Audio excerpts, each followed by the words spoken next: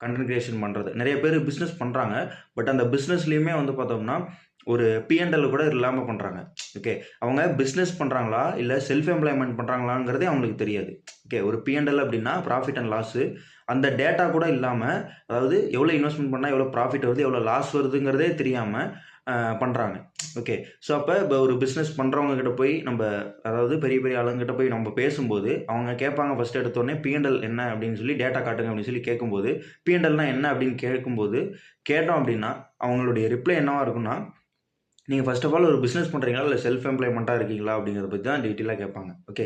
ஏன் அப்படின்னா, ஒரு பிசினஸு ஒரு மனிதனால பண்ண முடியாது. ஓகே. இப்ப நான் இருக்கேன் அப்படின்னா, நான் மட்டும் ஒரு பிசினஸ் பண்ண முடியுமான்னா, கம்பல்சரி பண்ண முடியாது. ஏன் அப்படின்னா, ஒரு பிசினஸ் பண்ணணும் அப்படின்னா 8 பேர் டூ 10 பேர் வந்து தேவை. ஓகே. மேனேஜிங் டைரக்டர்லேருந்து எல்லாமே. ஓகே.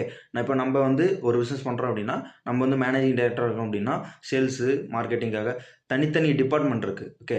அந்த சைக்காலஜிய புரிஞ்சு, கஸ்டமருடைய சைக்காலஜிய புரிஞ்சு, எப்படி ரிப்ளை பண்ணணும் அப்படிங்கிறது முதற்கொண்டும் ஒவ்வொரு சிஸ்டத்துல இருக்கு. ஓகே. ஸோ அது எல்லாமே ஒரே மனுஷனால பண்ண முடியுமான்னா, கம்பல்சரி பண்ண முடியாது. ஸோ அது நெறைய பேத்துக்கு புரிஞ்சிக்க மாட்டாங்க.